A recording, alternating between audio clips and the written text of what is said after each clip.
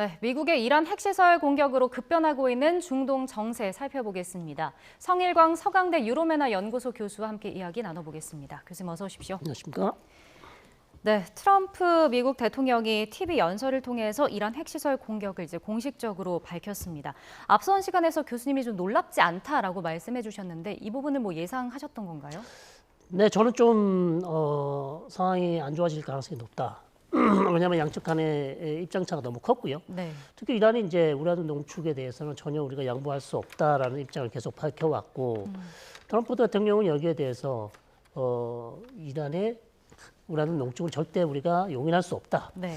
그래서 양측 입장이 너무나 팽팽했기 때문에 2주 시한 내에 어떤 협상을 통해서 이 부분을 해결했어야 되는데 2달 동안 협상을 해서 해결하지 못한 것을 2주 내에 해결한다는 것은 사실상 좀 어렵지 않았을까. 네. 이제 그렇게 예상을 했었고요. 그래서 아마도 협상이 결렬되면 트럼프 대통령이 자기가 이미 여러 차례 공언한 것처럼 군사적 수단을 쓸 수밖에 없다라는 얘기를 했기 때문에 아마도 군사적 수단을 쓸 가능성이 높다 이렇게 뭐 예상을 했었습니다만 네.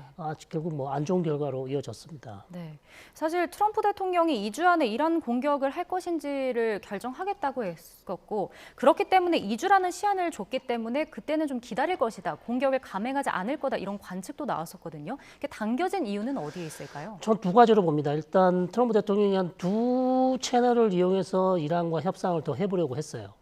일단 미국이 먼저 새로운 제안을 이란에게 제시를 했지만 일단 이란 측에서 미국 측으로 준 답변은 거부였습니다. 네.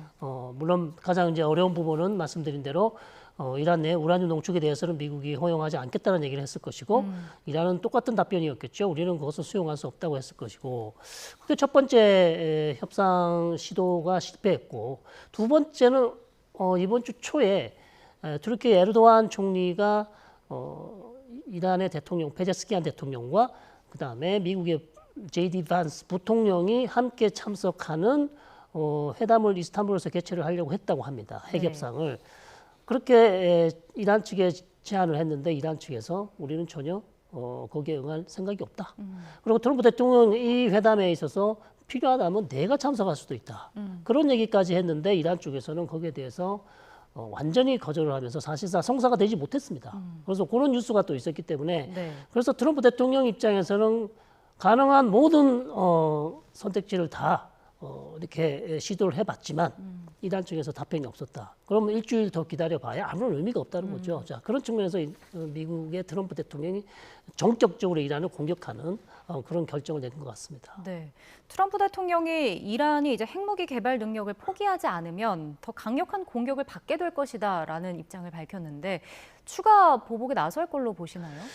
이란에 달려 있죠.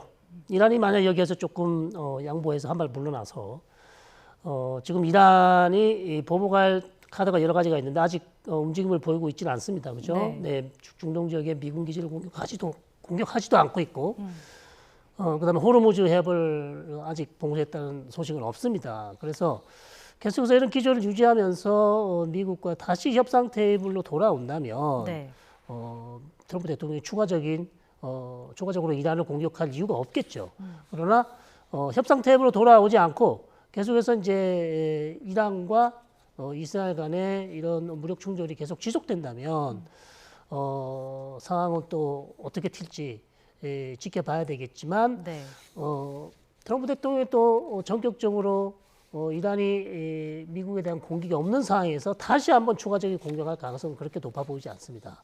결국 이란이 어떤 미군 기지라든지 아니면 호르무즈 해협을 봉쇄한다든지 이런 수단을 사용했을 때 미국의 추가적인 군사 작전이 있겠지만 네. 그런 것이 없다면 아직까지는 그럴 가능성은 없다 이렇게 보고 있죠. 네. 그리고 트럼프 대통령의 이란 핵시설 타격 발표 30분 전에 이 포르도 시설 주변에서 좀 열 발생이 탐지됐다 이런 미국 언론 보도가 있더라고요. 네. 이건 어떤 건가요? 글쎄요. 그것은 지금 이란 측 그리고 중동 지역의 한 언론사가 보도를 했는데요. 확인할 수는 없습니다. 네. 보도를 했는데 미국 측이 이번 이란 핵시설 공격하기 전에 사전에 이란 측이 알려줬다는 그런 보도가 있어요. 사전에 알려줬다. 그래서 어떻게 보면 약속 대련인 가능성이 좀 있지 않냐. 그런 보도가 있는데 확인할 수는 없습니다. 네. 네, 그렇고 포르도 핵시설과 다른 핵시설 같은 경우는요.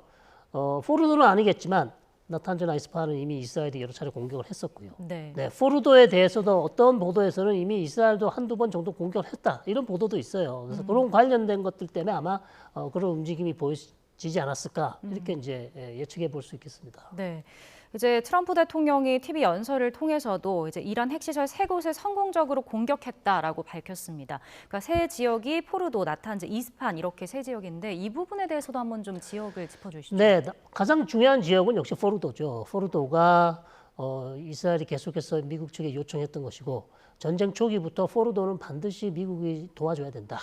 왜냐하면 포르도 핵시설은 지하 80에서 100m 안반 속에 숨어 있기 때문에 네.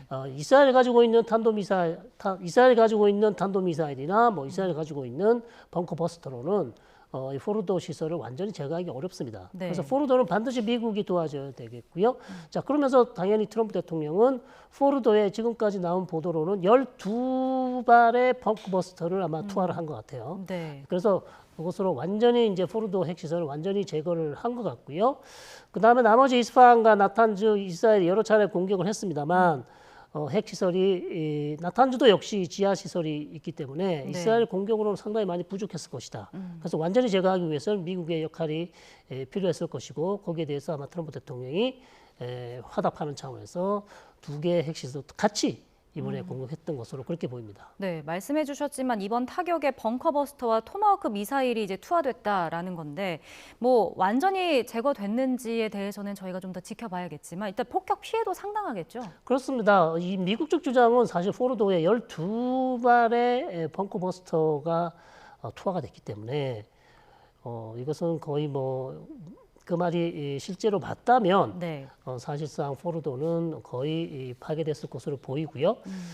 그리고 이스파한과 나탄즈도 한 30기의 토마호크 미사일, 특히 이제 핵잠수함에서 발사된 것으로 그렇게 알려지고 있어요. 네. 그래서 이란 측에서는 전혀 지금 확인을 해주고 있지 않습니다. 이란 측에서는 경미한 피해다.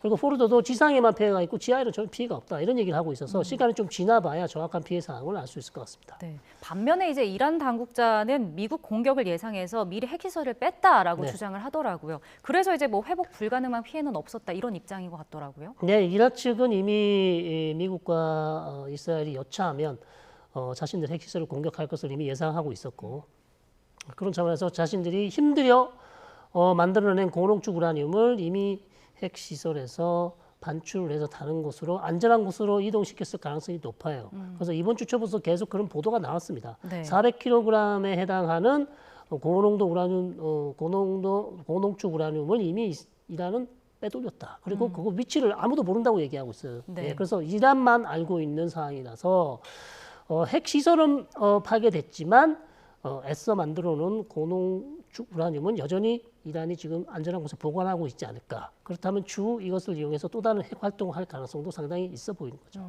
그럼 이번에 이루어진 폭격으로 이란의 핵 개발 능력에는 좀 영향을 미쳤다고 보시나요? 저는 심대한 영향을 줬다고 봅니다. 심대한 영향을 줬고요. 미국 측과 이스라엘 주장이 맞다면 네. 이란의 핵무기 개발 시점이 이번 공격 전에는 핵문턱 국가, 즉 마음만 먹으면 3주나 한 달 안에 핵탄두를 만들 수 있는 그런 시점이었거든요. 네. 그런 시간이었는데 지금 이번 공격 이후에는 최소 1년, 아무리 빨라도 1년, 더 가면 2년이 걸려야만 핵탄두를 만들 수 있는 그런 상황이 되지 않았을까. 그것이 지금 이스라엘 판단이고요. 추가적인 공격이 계속된다면 이란이 핵무기를 만들 수 있는 시간은 더 길어질 수 있습니다. 그것이 네. 3년이 될 수도 있고 4년이 될 수도 있는 것이죠. 네, 그런 상황으로 지금 파악이 됩니다. 네. 이제 이란 같은 경우는 이번 공습이 국제법 위반이다라면서 강하게 비판을 하고 있습니다. 그리고 핵 활동을 중단하지 않겠다라는 입장도 밝혔잖아요. 네. 이란 처음부터 그렇게 얘기했습니다. 미국과 이스라엘이 우리의 핵시설을 공격하더라도 우리의 핵 개발 의지를 꺾지 못할 것이며 우리는 절대 우라늄 농축 권리를 포기할 생각이 없다. 그렇기 때문에 지금 이렇게 공격을 받은 상황 이후에도 이란은 계속해서 우리는 다시 우라늄 농축을 할 것이고 우리가 원하는 핵 개발로 가겠다 이렇게 얘기를 하고 있고요. 네. 국제법 위반은 사실상 뭐 맞다고만 볼 수밖에 없죠. 왜냐하면 주권 국가에게 어떤 핵 시설을 이렇게 공격한 것은 국제법 위반이고요. 문제는 이란도 NPT나 IAEA 가이드라인을 위반한 점이 많이 있습니다. 왜냐하면 신고하지 않은 핵 시설에서 우라늄 농축을 했기 때문에 이란 역시도 상당히 문제가 있다 이렇게 볼 수 있죠. 네, 이란이 이제 핵 활동을 중단하지 않겠다라고 밝히기도 했고 사실 이번에 뭐 연구자 같은 경우도 이란에 계속해서 남아 있다면 언제든지 시간이 걸려도 다시 활동을 하겠다는 건데 이렇게 되면은 이란 핵 문제가 이후에도 계속 생길 수 있다는 거네요. 그렇습니다. 이란 핵 문제를 그래서 완전히 해결하는 방법은 협상을 통해서 이란의 협상을 통해서 하는 방법밖에 없습니다. 그러니까 본인이 스스로 핵 개발 의지를 늦추거나 핵 개발 의지를 버리거나 늦추는 방식밖에 없는데 네. 협상으로 가려고 했지만 협상이 안 됐기 때문에 지금 군사적 수단을 사용해서 억제력을 이용해서 지금 이란의 핵 개발을 막으려는 것이기 때문에 사실상 이렇게 계속해서 군사적 수단을 이용해서 이란을 압박하더라도 이란의 의지가 꺾이지 않는다면 이란은 계속해서 추가적인 핵 개발 의지 그다음에 우라늄 농축 이런 활동을 할 가능성이 상당히 높죠. 네. 그럼 결국 이란이 협상에 나설지 아니면 예고했던 대로 미군을 보복할 건지에 대한 선택이 있을 텐데 어떻게 예상을 하시나요? 네, 지금 나온 최근 보도에 따르면 이란이 이스라엘에 한 20기의 탄도미사일을 발사했다고 해요. 다시 공격을 재개했습니다. 근데 미군에 대한 공격을 하지 않고 있어요. 좀 이스라엘에 대해서 공격을 했고요. 자, 그렇다면 상황은 일단 이란도 현재로서는 미국 기지라든지 아니면 호르무즈 해협에 대한 좀 군사적 조치는 현재까지는 나온 게 없습니다. 네. 그러나 이게 언제까지 계속해서 이란이 이런 인내력을 보여줄지는 우리가 예상할 수가 없죠. 왜냐하면 이란은 계속해서 보복을 천명해 왔기 때문에 시간이 조금 더 지나봐야 이란의 진위를 파악할 수 있을 것 같습니다. 네. 만약에 이제 호르무즈 해협을 봉쇄하게 되면 이 부분이 좀 최악의 카드다라는 이야기도 나오는데 어떤 이유 때문인 건가요? 아무래도 호르무즈 해협은요, 원유, 가스, 중동 지역에서 나가는 원유 가스가 상당 부분 이 지역 3분의 2, 뭐 3분의 1 엄청난 양의 가스와 원유가 이 지역을 통해서 수출할 수 있기 때문에 네. 이 지역을 만약에 봉쇄를 해버리면 어떤 유조선, 그다음에 컨테이너선 아무것도 지금 들어갈 수가 없어요. 네. 자, 그러면 원유를 빼낼 수가 없죠. 수출할 수가 없게 됩니다. 그러면 전 세계 수출하는 원유와 가스량이 여기서 나가는데 이걸 막아버리면 사실상 원유와 가스 공급에 차질이 생기는 것이고요. 네. 우리도 중동 지역에서 가져오는 에너지량이 한 70% 되지 않습니까? 이런 상황에서 우리뿐만 아니라 전 세계 경제에 심각한 타격을 줄 가능성이 높고 엄청나게 유가가 올라갈 가능성이 상당히 높죠. 네, 그래서 상당히 지금 우려되고 있습니다. 네, 이런 우려들도 나오기 때문에 더 많은 분들이 걱정을 하고 계실 텐데 트럼프 미국 대통령은 이란의 이제 전쟁 종식을 압박을 하고 있습니다. 이란이 핵 협상에 다시 복귀를 한다면 어떤 논의가 이루어질까요? 자, 그렇다면 이제 사실 출구 전략은요. 이란이 다시 핵 협상으로 나올 수밖에 없어요. 다른 출구 전략이 없습니다. 그래서 시간이 걸리겠지만 이란이 다시 핵 협상으로 나와서 미국과 어떤 합의를 해야 될 텐데요. 네. 다만 여기서 이제 어떤 합의가 될 것인가는 상당히 예측하기 어렵죠. 왜냐하면 누군가 미국이나 아니면 이란 한 측이 양보를 해야 됩니다. 말씀드린 것처럼 우라늄 농축을 가지고 팽팽하게 지금 맞서고 있기 때문에 예를 들어서 이란이 그렇다면 이제 우리 영토에서 우라늄 농축을 하지 않겠다. 우라늄 농축 포기하겠다. 네. 그러면 적극적으로 극적으로 양측 간의 합의가 될 수 있겠죠. 반대로 트럼프 대통령이 좀 양보를 해서 이란 측의 3.67% 원전을 사용할 수 있는 우라늄 농축, 저농도 우라늄 농축을 우리가 허가를 해주겠다. 네. 이런 입장으로 선회한다면 양측 간에 이제 아주 좋은 합의가 나올 것이고요. 중동 지역은 다시 좋아지겠습니다만 현재로서는 그런 입장이 보이지 않는단 말이죠. 협상 테이블로 돌아온다 하더라도 누군가 하나 양보를 해야 돼요. 근데 입장 변화가 없다면 사실상 협상 테이블로 오더라도 아무런 가시적인 결과가 없단 말이죠. 네. 그래서 상당히 지금 협상으로 돌아오더라도 우리가 전망을 밝게 할 수 없는 그런 상황입니다. 네, 그리고 협상 가능성도 아직까지는 좀 적게 보시는 거고요. 그렇습니다. 아직까지는 협상 테이블로 돌아올 가능성은 그렇게 높아 보이지 않아요. 계속해서 이란은 지금 이스라엘을 공격하는 데 집중하고 있고요. 미국이 공격한 거에 대해서는 지금 아무 일도 없었던 것처럼 지금 태연하게 행동을 하고 있기 때문에 네. 조금 더 시간을 갖고 지켜봐야 될 것 같습니다. 네타냐후 이스라엘 총리는 연설을 통해서 이제 트럼프 미국 대통령에게 감사를 표했습니다. 역사를 바꿀 대담한 결정이다라면서 좀 치켜 세웠는데 한 팀이다 이렇게 평가를 했더라고요. 어떻게 들으셨어요? 네, 미국과 이스라엘, 이스라엘. 특히 트럼프 대통령과 나타나는 총리는 상당히 원래 케미가 좋은 것으로 알려져 있고 트럼프 대통령 일기에도 두 정상은 상당히 가까운 사이로 서로가 원하는 것들을 도와주면서 좋은 관계를 유지해 왔고요. 현재도 지금 트럼프 대통령이 최근에 무슨 걸프 국가를 방문하면서 이스라엘을 방문하지 않았기 때문에 이스라엘이 좀 외교적으로 좀 트럼프 대통령에게 좀 밑보인 거 아닌가 뭐 그런 보도들이 많이 있었죠. 실제 그랬던 점도 좀 있었지만 역시나 미국이 이스라엘 안보에 대해서는 절대 양보하지 않는다. 그런 모습을 다시 보여주면서요. 네. 트럼프 대통령이 나타냐후 총리가 원하는 포르도 핵시설 그리고 나머지 2개의 핵시설도 타격을 해주면서 결국 나타냐후 총리의 전쟁에 적극적인 힘을 실어주고 있죠 지금. 네, 그래서 두 국가가 이란 핵 문제를 해결하기 위해서 군사적 수단을 같이 사용하면서 이란을 강하게 지금 압박하고 있는 그런 모습을 보여주고 있어요. 그래서 네. 역시 미국과 이란은 한 팀이다. 그런 모습을 보여준다고 할 수 있겠죠. 그러니까 특히나 포르도 핵시설이 이제 미군의 벙커버스터가 아니면 폭격이 어려운 곳으로 알려져 있잖아요. 그렇기 때문에 이스라엘 입장에서는 미군의 도움이 좀 절실했던 것 같은데 참전을 좀 바라왔던 거겠죠? 네, 트럼프 대통령에게 처음부터 이스라엘은 전쟁 개시 전부터 요구를 했어요.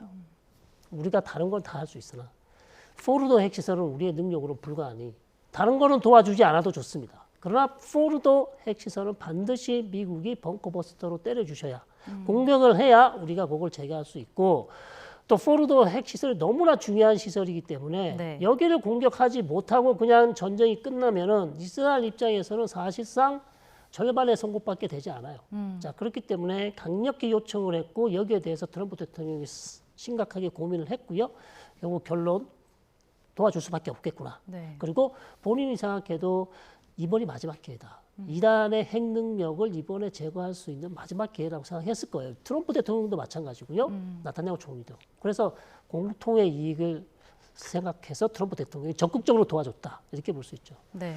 그 트럼프 대통령이 이제 이란 최고 지도자죠. 하메네이의 은신처를 알고 있다면서 이제 위협을 하고 있습니다. 실제로 하메네이를 제거할 수 있다고 보시나요? 가능성에 대해서는 어떻게 보시는지요? 위치는 충분히 알고 있을 겁니다. 은신처를 알고 있는데 공격을 하지 않는 이유는 공격을 했을 때보다 공격을 해서 하메네이 최고 지도자를 제거하는 것이 결국 미국과 이스라엘 국익에 도움이 되지 않는다고 판단했을 것이고요.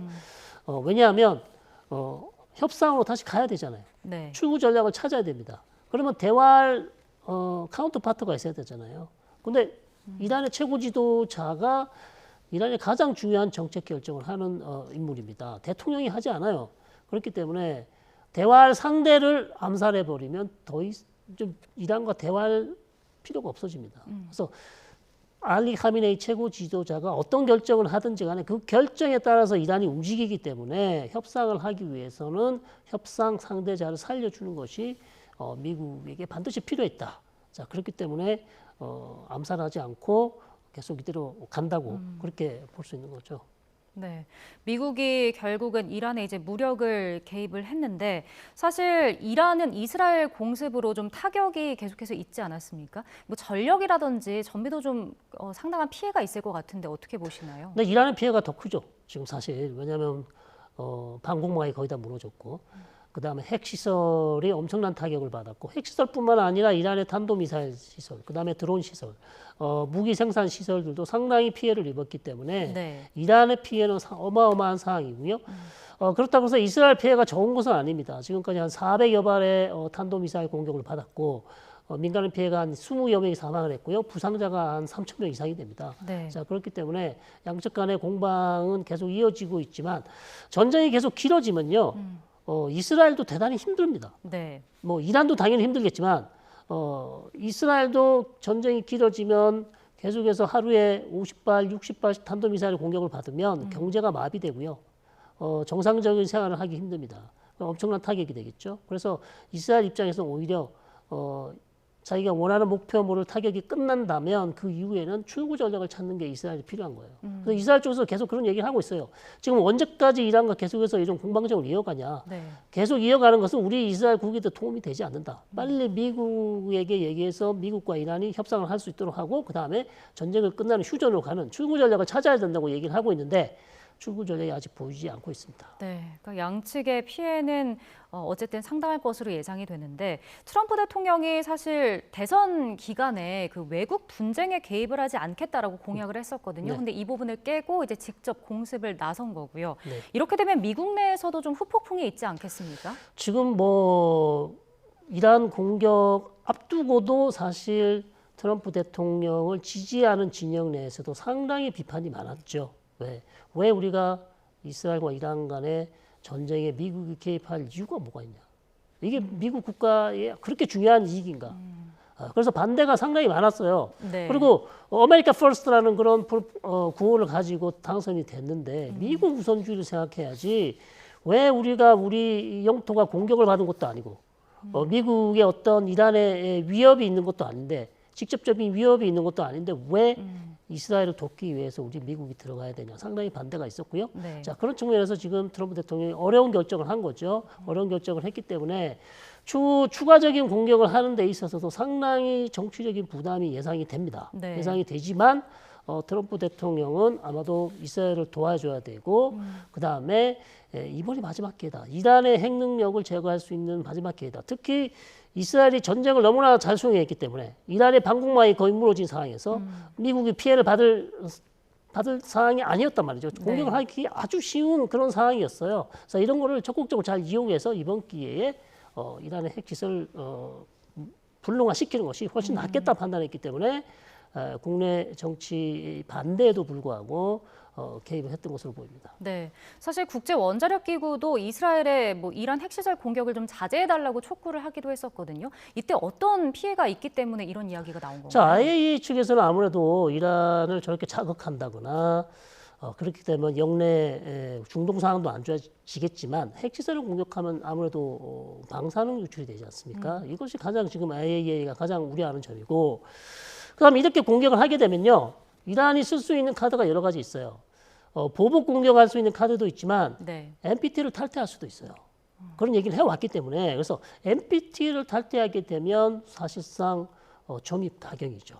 그래서 그다음 IAEA로서는 더 어려워지죠. 이란을 통제하기가 NPT를 탈퇴하게 되면 더 이상 사찰을 못하게 되잖아요. 이란 핵시설을. 자 그렇게 되면 상황은 더 악화되는 것이기 때문에 네. IAEA 입장에서는 어찌됐건 간에 이란이 말을 잘 듣지 않지만 협상을 통해서 이 문제를 해결하길 바랬지만 그렇게 되지 못하고 지금 상황은 더 악화되어 있는 그런 상황입니다. 네, 그 이제 이란 부셰르 원전 관련해서도 언급이 나왔었는데 이란 원전까지 파괴가 되면 이게 체르노빌급 재앙이 닥칠 거다 이런 우려가 나오기 때문인 거죠. 네. 그런데 이스라엘 측도 그걸 잘 알고 있기 때문에 특히 부셰르 원전은 사실상 이거는 핵 개발용이라기보다는 부셰르 원전은 사실 전력 생산용이거든요. 자 그리고 또 페르시아만에 가깝지 않습니까? 네. 주변 국가들이 있기 때문에 부셰르 원전을 때리면 방사능이 유출되면 다른 주변 국가로 흘러 들어갈 수 있기 때문에 이스라엘로서도 상당히 이제 국제사회의 비판을 받을 가능성이 높습니다. 자 그렇기 때문에 다른 핵시설을 지금 주로 타격을 하고 있고요.